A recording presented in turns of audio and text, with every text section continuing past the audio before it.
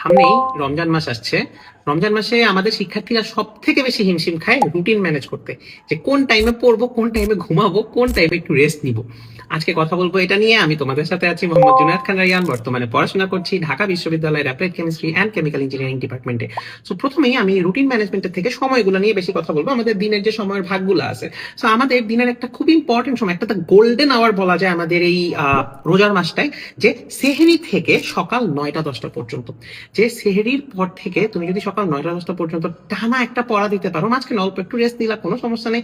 Rest মানে ঘুম না অবভিয়াসলি। যদি সারাক্ষণ পড়তে পারো, একটা লম্বা সময় কিন্তু তোমার পড়া হয়ে যাচ্ছে। ওই টাইমে তুমি রুটিন ওয়াইজ পড়তেই পারো, সেটার জন্য আরো অন্যান্য অনেক ভিডিও আমার আছে। আচ্ছা, এইবার আমাদের জোহর আর আসর এই নামাজগুলোর পরের টাইমগুলোয় শরীর খুব ছেড়ে দেয়, দুপুরবেলা একদম এনার্জি কম হয়ে যায়। ওই টাইমে আমরা দিনের এক্সট্রা কাজগুলো করবো, আমাদের রিক্রিয়েশনাল অ্যাক্টিভিটি গুলো আমরা করতে পারি।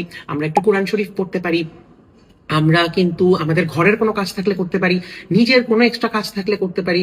ধরো কোনো এইচডাব্লিউ জমা পড়ে আছে, অ্যাসাইনমেন্ট জমা পড়ে আছে, এই টাইপের কাজগুলো যেগুলো আমার পড়ার সময়টাকে হ্যাম্পার করে, সেগুলো কিন্তু আমরা করে ফেলতে পারি। এরপর ইফতারের পর তুমি একটা পাওয়ার ন্যাপ নিতে পারো।